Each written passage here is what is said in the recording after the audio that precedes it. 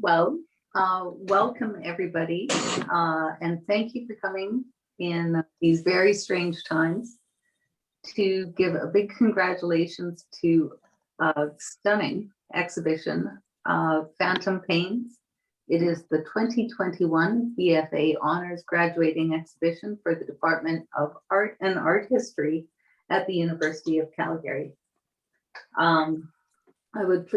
I am very pleased to be your host, MC, for the evening.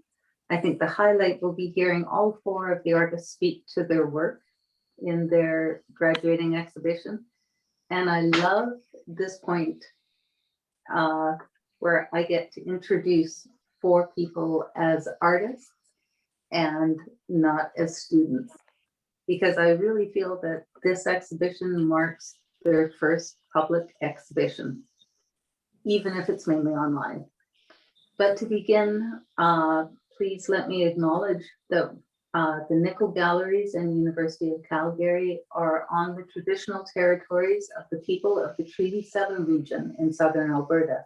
This includes the Blackfoot, which are the Siksika, Piikani, and Kainai First Nations, as well as the Tsuut'ina First Nation, and the Stoney Nakoda, including Chiniki, Bearspaw, and Wesley First Nations.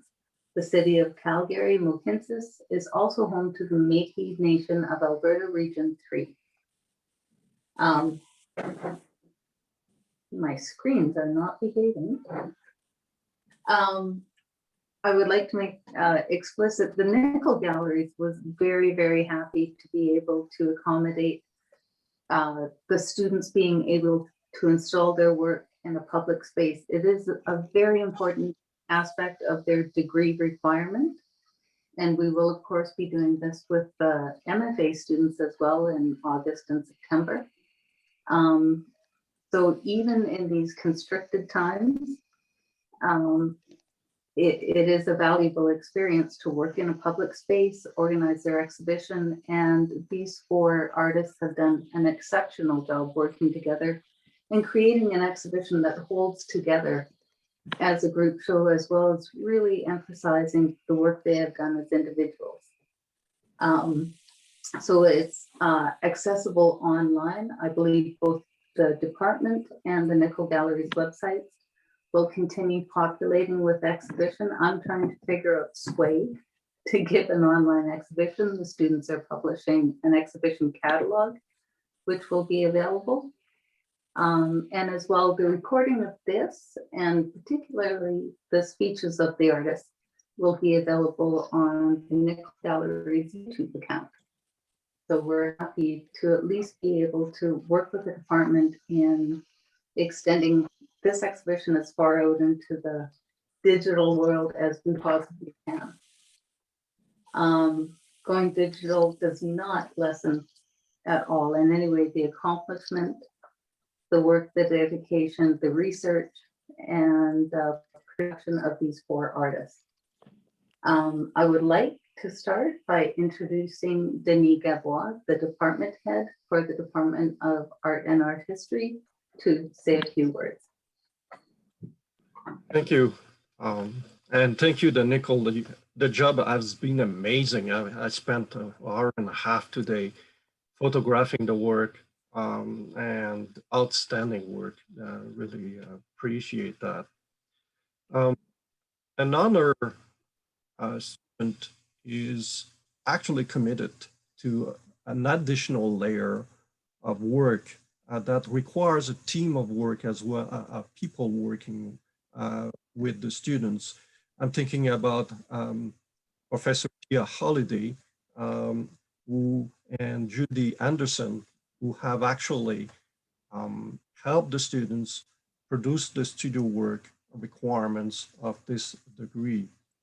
My role specifically as one of the mentor of this amazing group of women who have helped them solidify their research work by providing a series of writing paper focusing on contextual analysis, showing them previous thesis work, and basically guiding them in increasing their vocabulary as artists. I think that's the additional layer that we're talking about at the honor degree. And we certainly at the department are proud of the work that they have done. We have 4 women. I would like to just, if you allow me, I'm going to change sometimes my virtual background to talk about their work, because I just take pictures today, and I'm going to start. Just give me a second here.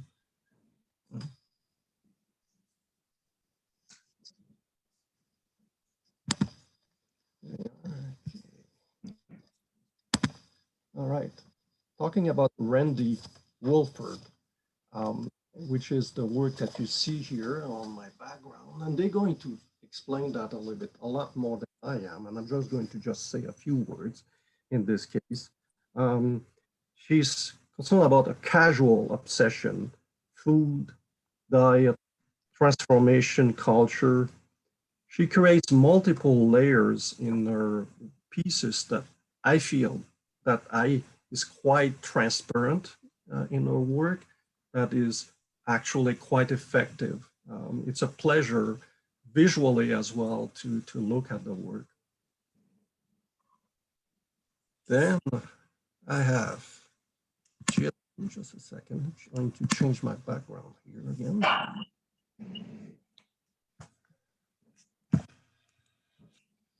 There.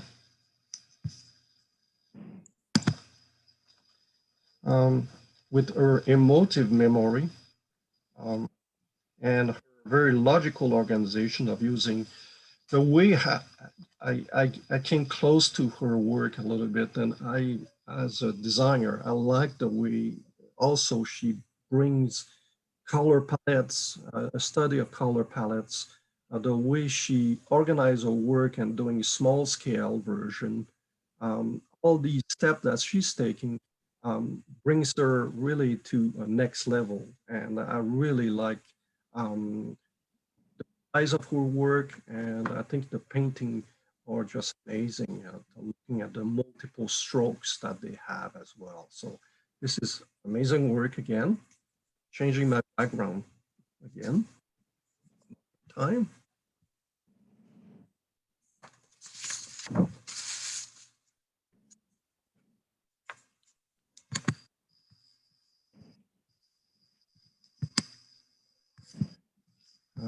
Okay. So Sarah, with the art of perfection, which is very at the goût du jour, but in some things in her work, she has produced quite a bit of range of work, quite a number of drawings and painting in her case, a series of them, focusing on social media that questions the false layers of identities that are required to look good, right? To look at the concerns that what is really beauty in social media environment, what it does to the society. I think that's an interesting work. She's also using multiple layers, macro, micro portions of the face to show different layers of thoughts through perhaps behind the skins and things like that. So it's quite exciting work as well. And I'm finally going to change the last time my background.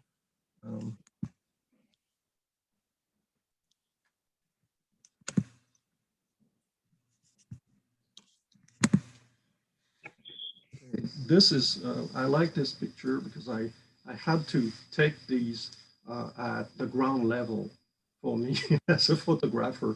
I thought that the pieces that she's doing here needed to be captured completely at the, not at the eye level, but more at the bottom. Sarah Almquist's work, nylon work, is representative of the textures, relationship, symbols, and the 3D complexity of her different work that she works with something that is fairly soft material, which is nylons. It's not simple, it's not easy, and she managed to create rather very sophisticated piece of work. So This is amazing. Work all together.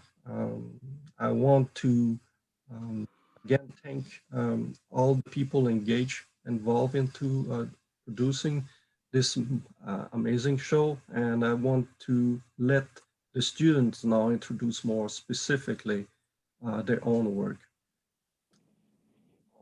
for joining us. Thank you very much, Denis. And on behalf of the students and the Nickle, thank you to yourself, their advisors, and all of the faculty and staff within the Department of Art and Art History. But the highlight of the proceedings right now is, of course, hearing all four of the artists speak to their work. I'm just going to remind everybody that we are recording this program. So if you come in, after all of the artists talk, we will look if anybody wants to ask a question or give a comment or a congratulations. You're certainly more than welcome to do so, either in the chat function or by raising your hand and turning your microphone on. Right now, it would probably be best for everybody to turn off their microphone if you haven't already. Our speakers will be, of course, Gillian Coulton, her exhibition Emotive Memory, followed by Sarah Almquist, In Between Spaces. Randi Woolford will speak third, The Casual Obsession, Diet Culture. And the fourth artist to speak, Sarah Hubbell, Altered Perfection. Gillian, please.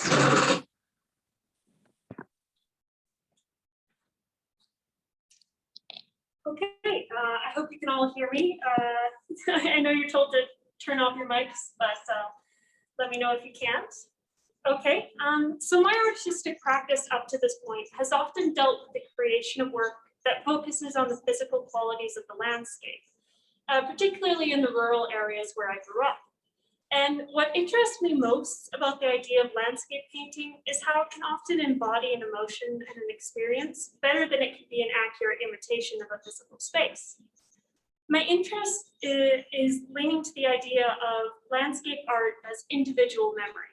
And that led me to conduct research into psychological conditions of memory, and my findings formed the foundation of my thesis work. My work explores how oil painting can embody the emotive qualities of memory through both medium and composition. There are aspects of art that run parallel to this experience of individual memory. Each stroke that is used to create is filtered through experience of memory and emotion to exist as an expressive echo of the time it was created and the people who it was created by. This is something that I try to make apparent in my work.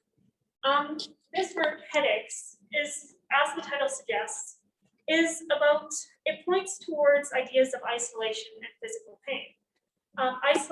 Isolation suggests distortions in scale, which make it difficult for the viewer to place the components of the painting in a realistic space. Formal elements of paintings in this project often come to embody memory in mind. Layering thickness of paint both reflect the form of the palimpsests and layering process of recalling memories multiple times over. In Just Waiting Around, the dilapidated wooden buildings are about to be overwhelmed by a dark storm of thick paint and expressive brushstrokes. The title of this painting suggests a human-like agency in the building's stillness, while their symbolic inability to move mixes this agency with a sense of helplessness. In My Mind Would Not Let Go, the quality of the paint brings a significant amount of tactility and draws attention to ideas of layering. The unnatural form of the figure and the strangeness of the image makes it clear that this is not representative of reality. The title brings together a sense of unearthly stillness and emotion in this painting, as it suggests a connection between stillness and decay. Emotive color palettes in my work tangibly parallel the way that emotion figuratively colors the process of remembrance. In the painting Guidance, the main figures become blurred and intertwined through the use of thick and thin paint. And with color, the further the figure gets away from the green forest, the grayer the area becomes. Color creates the atmosphere in this piece and therefore embodies the emotive quality which is so important to my thesis work. In High Hopes, this piece over here combines figure with place. The emotion in this imagery is derived from the palette working with the composition, but also the expressions of the figures, which are both packed and anxiously tight together and refuse to directly look at each other. Now, of all the paintings in my thesis, this one is the most closely related to my experience of memory within the current context of the global pandemic. It is meant to be a distortion of memories regarding public spaces and a representation of anxieties around existing quarantine and readjusting to society. The title suggests the disparity between past expectations for the future and gradually evolving understandings of the future. More hopeful than High Hopes is this final piece, which I did for my thesis, which is called We Live Life as We Can. In this painting, little figures regard the landscape around them, but are unable to see it in its entirety, as it blurs with the sky in expressive strokes. The point of the painting that are well defined with thick paint suggests the incidental elements of memory, which are remembered in connection to place and strong emotion.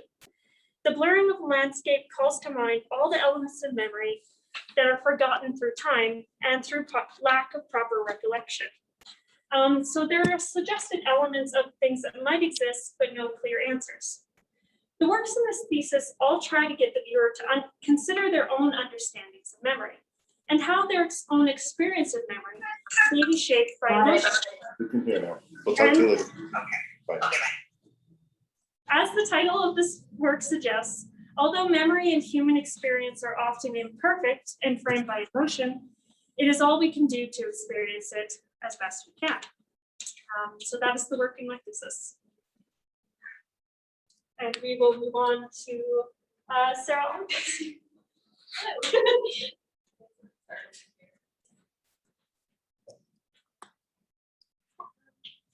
So the scope of my work is called In Between Spaces. It consists of 12 soft sculptures made out of nylon with various textile pieces, found objects, and accompanying it, actually on the other wall, we have a digital compilation called Me, Myself, and I, and it is examining the relationship between myself and interacting with these soft sculptures.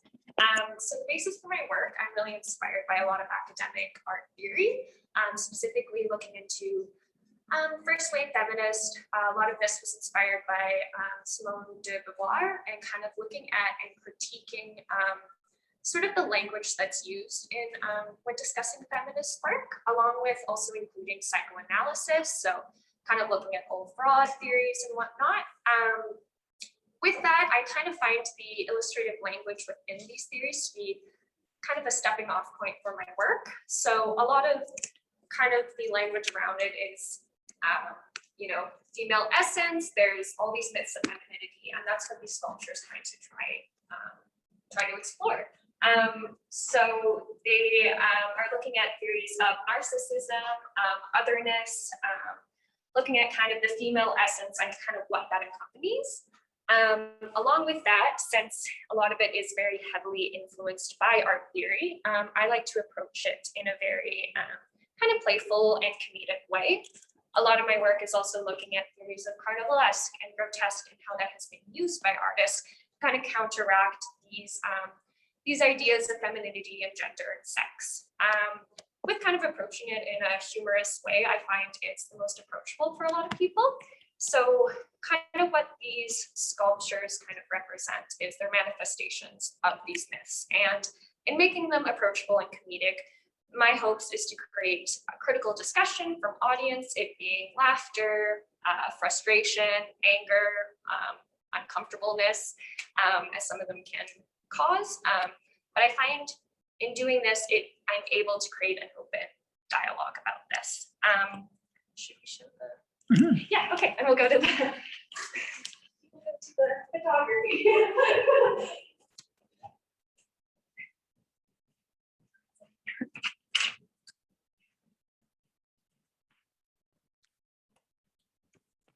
So the digital compilation, like I said, is called Me, Myself, and I, and it is exploring kind of the relationship of these sculptures and myself. So kind of taking on a masquerade kind of performance art direction with it. So I really wanted to embody different stereotypes, different biases within these works, and sort of different tropes of femininity. And with that, kind of play around at how I can interact with these sculptures. All the ones that are shown in here are not actually in the gallery here, but they're all in the digital compilation. And some of them are me with the sculptures, some without. And then most of them have a negative other of theirs, which again is kind of going into this idea of otherness, and kind of showing the negative other side of sort of what femininity is, what we categorize it all as, and how we fit within it. So yeah, my work is basically just trying to explore that, and hopefully can get a few laughs and some critical conversation about our own biases and our own prejudices about gender and sex. On to Randi.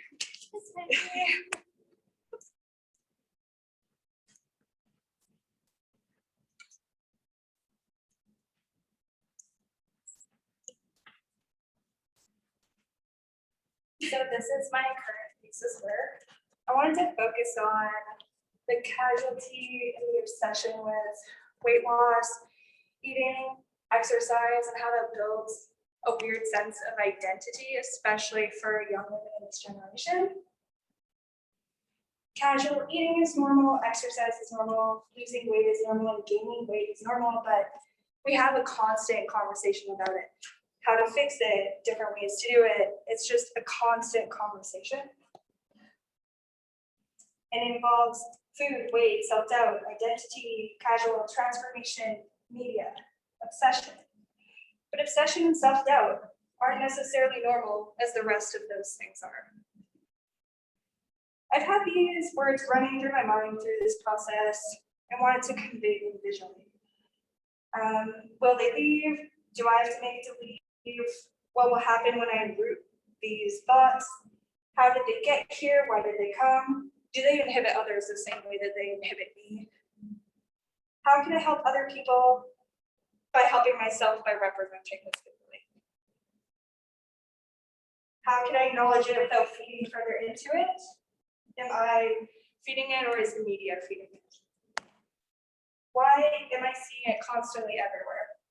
Media, TV, film, advertisements. Women are too hard on themselves, or maybe I'm just overanalyzing this, and it's just part of myself. My work aims to contemplate my inner thoughts and provide catharsis through making this process. It stems from the desire to sympathize with young women in this generation. I want to provide my audience with an internal window into my previous experiences with eating disorders and diet culture. I'm using this work in the honors program to dive into my subconscious and research the mentalities and environments that impose eating disorders at this age, and how it comes from social media, how it affects young women and men. The representation of women's bodies has become interchangeable and edible, consumable in the media, making this project very vulnerable, but also very analytical for myself. In this process of making, I'm very interested in symbolic imagery, looking at pattern, looking at apples, looking at birds, symbolizing guilt. The idea of the patterned paper emphasizing size is another part of the issue. And the implications of being more feminine or soft with eating disorders, often having the apple as a symbol is reflective of the female body being eaten away by pressure. I wish to emulate this behavior that encompasses an identity that is built by self-hatred, femininity ideals, identity distress, and egoism that's slowly built by the media we constantly consume. This is the piece, Peck, emphasizing like guilty thoughts when it comes to eating, emphasizing size, using Vogue pattern papers, emphasizing different sizes, how that is constantly changed through the fashion industry. this piece is an installation piece. And the one on the far right is Gather, which is also focusing on binge eating disorders when compared to anorexia disorders. And that is the focus of my current work. Now to Sarah. So the overall concept of my thesis revolved around the impacts of social media and other outlining sources like movies, television, and the impacts they have on the viewers. So like the negative impact people can get because they'll compare themselves to someone who posts an image of themselves that is Photoshopped. So then they think that they should be looking like that as well because this is what is presented and it's considered the most kind of beautiful version of a person. So I really wanted to look at the relationships that people have amongst themselves and with social media. So for my first series here, Skewed, which is oil and pen portraits, I was focusing heavily on the alteration of one's figure to fit the ideal beauty standards of today's society. A lot of my concept for this project drew heavily from a source I read during my thesis called from the New York Daily here, and it was called The Homeliest Girl in New York. So it's basically a contest that people could enter, and if you were deemed not beautiful enough, then the reward would be plastic surgery and they would make you beautiful. So this series really focuses on the question of what is beauty. Should we be so desperate to change our appearance in order to fit in with the masses? So much of our perception of what is considered desirable or not stem from the comparison of one feature to another. I want to highlight these lines between one accepting who they are or wanting to be something else. Focus is not only on plastic surgery, but also on photo altering apps like Facetune. There can be such a divide between how one feels and how they look that this series serves as either a way for us to see how one might want to see themselves change, or perhaps how society would change the features of the individual due to the popular trends of what is beautiful in current times. So for this series, I created 10 small portraits. Each portrait is done with a combination of oil and pen drawing. In some areas of the portrait, say for instance like the eyes or the nose, I painted with oil, while other parts, the lips and hair, might be in pen. The oil part of the portrait represents the ideal beauty and is used to show color and vibrance in order to seem more appealing to the viewer. Whereas the unaltered and natural portrait is done in pen.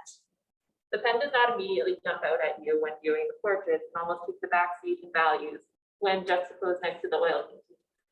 This juxtaposition is an example of how we treat the everyday person next to the photo edited unrealistic beauty on social media platforms. The shape of the paper is made to reflect the Instagram logo with its squared figuration and rounded corners. The white is emblematic of the crisp white background when scrolling through Instagram and other social media sites. So then I also put up my Metamorphosis series. And this one focuses on the message that we're all beautiful regardless of what society tells us.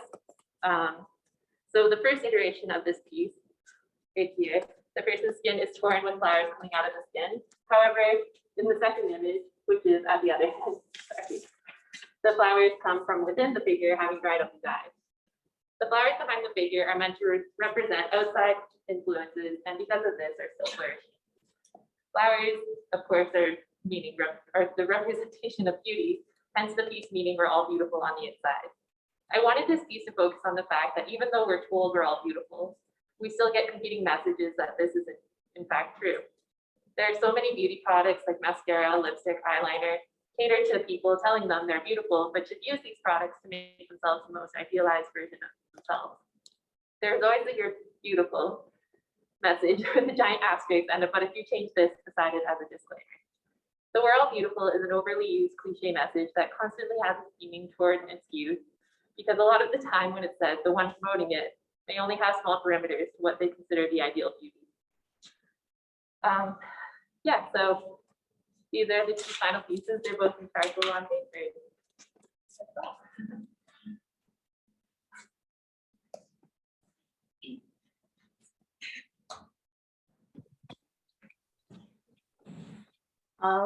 Wow. Thank you all very, very much. And The hard thing for an MC is to be speechless, but I completely appreciate your insight and your words and the presentation of the research that went into your thesis exhibition. And I would love to say that not only is your work, all of you individually and collectively, excellent, I also have to say I think it's bold, very bold, and bold in the way that each of you in your way recognize the relevance of the personal and the relevance of the personal in this time of complete weirdness in the world, in a global pandemic, which is also a time of great reflection.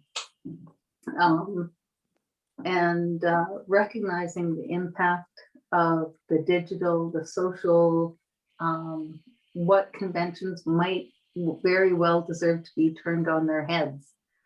And there is no such thing, Randi, as overthinking or overanalyzing during this time. Collectively, each of you goes to the heart of where we are in our society and in our culture.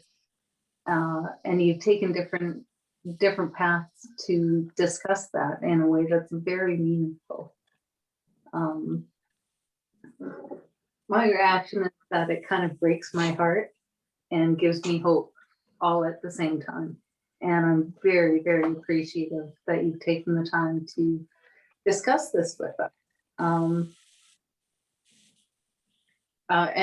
as a side note, Sarah, cosmetic procedures are way up through the roof because of Zoom meetings. Just so you know, my dermatologist told me that.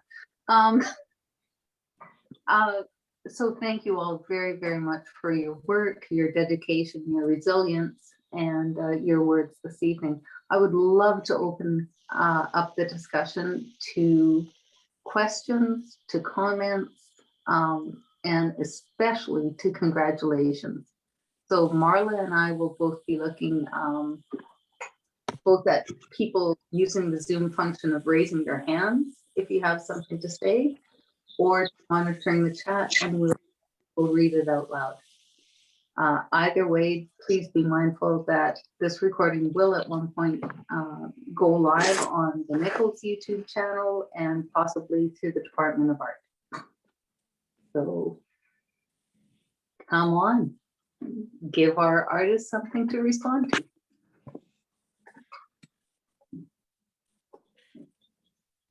And if you want to say something, please just unmute yourself. Denis, did you have a congratulations? Well, I mean, these students are ready to take on the world now. In theory, that's, you know, it's just the beginning. But I think they have anchored their work. They can be proud of themselves.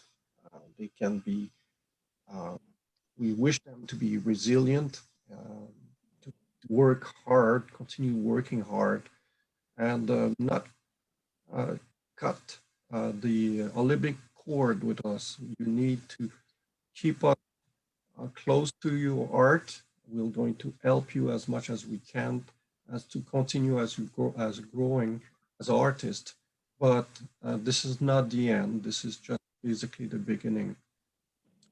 I'm sure, you know, it has been a rocky, probably journey as a student, but I'm sure I've been there. You feel relief. You feel less weight on your shoulder right now. And finally, you can see perhaps a bit more positively now the future, specifically with this hopefully ending COVID-19. So congratulations all, congratulations over from the University of Calgary in general. You certainly have a bright future. Thanks, Denis. Thank you, Denis. I think Heather had her hand up. Thanks. Oh, were they going to say something? No. Thanks so much, Christine. Huge congratulations to you all. You should be super proud. I wish I could like get close to everything and take a really good look at it, but it looks wonderful.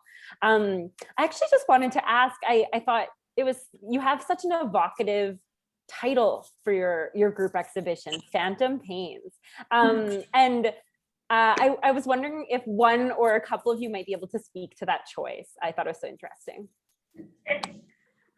So we all sort of brainstormed what themes connected all of our work. And obviously the biggest theme that connected all of our work was the body. Like all of our work deals with the human body in such a prominent way. And then the other aspect that sort of echoed that was we all dealt with psychological interactions of the body and like psychology, whether it was like anxieties about like isolation in the landscape or eating or sexuality or how you look.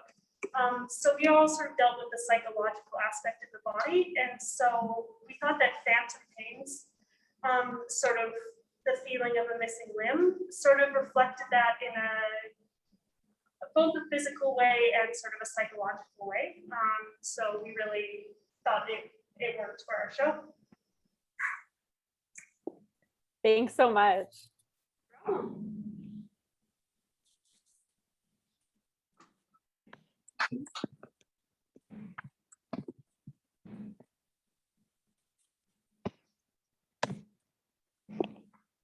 I'm not seeing any other questions or comments coming up.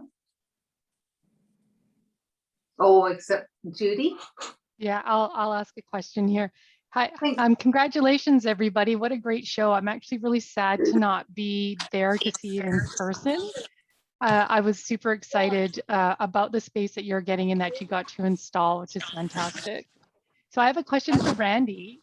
Can you tell me what your surface is? Like what I missed what you said that the surface was. Is it wood or is it paper or what?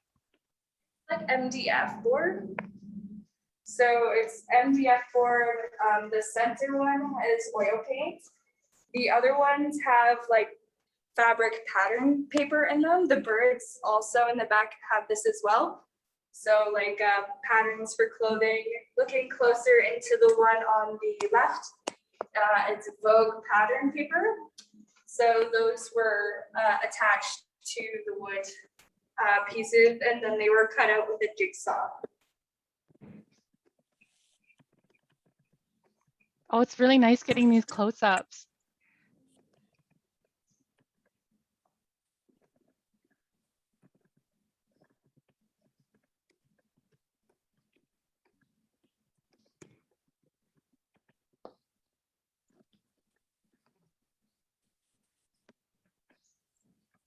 And then I had a question for Sarah.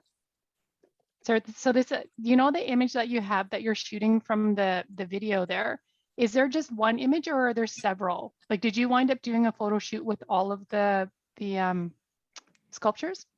I did so there's about 6 that are actually in the gallery and then 6 that didn't make it to the gallery. So I'm shooting with the 6 that didn't make it.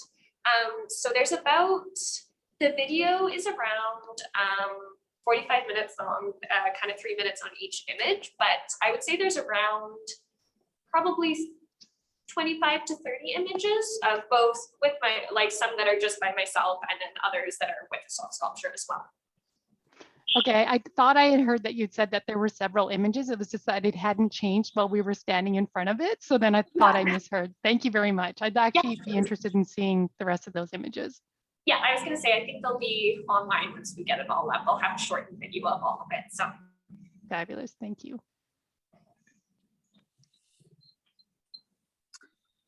I would like to read out a comment that Dick Avrins just posted.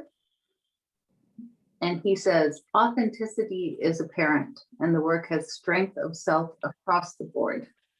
So I'm not sure if he has a question to follow up on that. If you do, Dick, just unmute and blast away.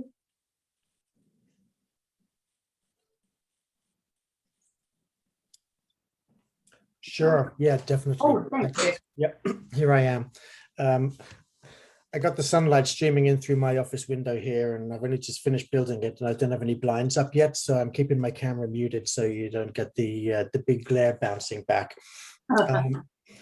I am really seeing the strength of the show, and wondering whether any of you have particular plans that you want to share, either for any of your work or individually things that you're going to do. And I sense a real sort of symbiosis between you all.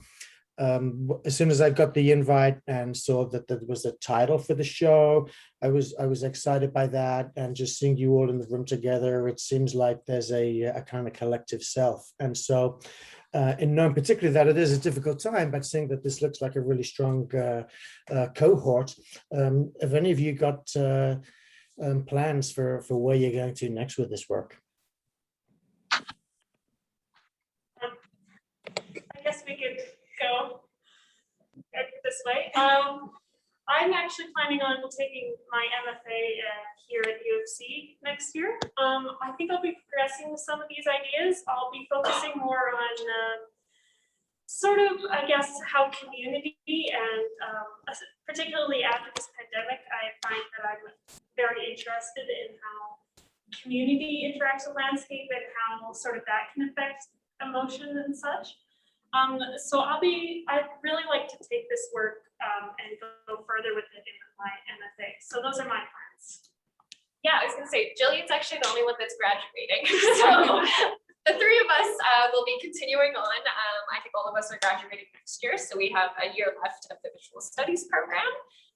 But regarding my work, kind of this switch into soft sculpture is something that's new this year. Primarily, I was working in oil painting before and a little bit of soft sculpture, but I feel like my work has really adapted and changed to the soft sculpture, and also the inclusion of sort of photography, digital work, and kind of playing around with that. So I hope to continue working on these soft sculptures and just kind of, you know, maturing them even more with different fabrics, different textiles, perhaps bigger scale. It's definitely something that I feel like has started my kind of artistic practice. That's great. I just hearing the conversation around soft sculpture coming up. I think there's a great viability. It's an enduring bridge between institutional, potentially large-scale monolithic sculpture, but also the opportunity to insinuate yourself into anything between like guerrilla artwork and being able to get the work into commercial galleries and so forth. So good for you. That's great. Thank you. So yeah, next year I'm still here. So I'm kind of planning on exploring different mediums and ways of painting in order to explore how I can portray the figures. So like maybe playing around with some mylar and playing around with different sizes of canvas and other materials in order to connect what I'm visually creating with my conceptual ideas. Okay, good for you. As for myself, like they said, another year left to finish my BFA. As of this year, I've been really looking into irregular shapes for my paintings. Previously, I just painted on like typical canvas. A lot of imagery I've been using is very like shapely or focused on line weight. So I want to continue with like my cutout pieces and making those irregular shapes a little bit more awkward or a little bit more clunky. I like that they're expressive line instead of being very specific. So I want to continue working with that. Also working with, I wanted to make like canvases like this that are just canvas, but I could hang them on hangers to be presented as well. Okay. Well, thanks. I appreciate that. And Gillian, great to know that you're at the gate and that you're thinking about the MFA program. And I hope that that's working out for you and not up to speed with what the dates are about notifications and so forth. And that I'm really excited to see that there's this many honors students getting their work out there from the Department of Art right now. So good luck with the other three of you in your final go around. Thanks. Yep. Thank you all. I'm just going to read out a few more comments that came in through chat from the Nickle Galleries. Thank you, Marla. Oh, where are we at? Absolutely outstanding works. Great group of students. You all deserve the congratulations. Hunter Ward said, congratulations all. Really awesome work. And Jane Woolford, congratulations to all the artists. What a great collective of artwork. I think, unless someone jumps in on top of me, I think that's it. From chat and comments, on behalf of the Nickle Galleries, I would love to thank all 4 of the artists who gave this great exhibition: Gillian, Sarah, and Randi. I would like to thank everyone involved from the Department of Art and Art History, in particular Denis Gavois, Judy Anderson, supervisor, and also Tia Halliday, who was a supervisor. Heather, thank you so much for being here. I'll be following up with people in the department tomorrow with some emails about access. Please stay posted to the Department of Art and the Nickle Galleries as we give you other ways to view the exhibition. Congratulations, and I think that's it. Just a few words to these women. The photos will be received this tonight. I'm sending you the photos for the. Okay, this is a bottom line. Oh, that's good, because Denis does wonderful 360 degree panoramic shots. So thank you. And thank you, John and Doug McCall, for installing the exhibition. And John, you could put your thumb in front of the camera lens because you've been recording this whole thing. Thanks, John. Thank you. Okay. Yes, and Dick Averin says the works deserve more dissemination. We'll do everything we can. You're absolutely right. Thank you all for joining us this evening. Have a wonderful sunny evening here in Regina. Snowy as hell, so whatever. Take care. Thank you so much.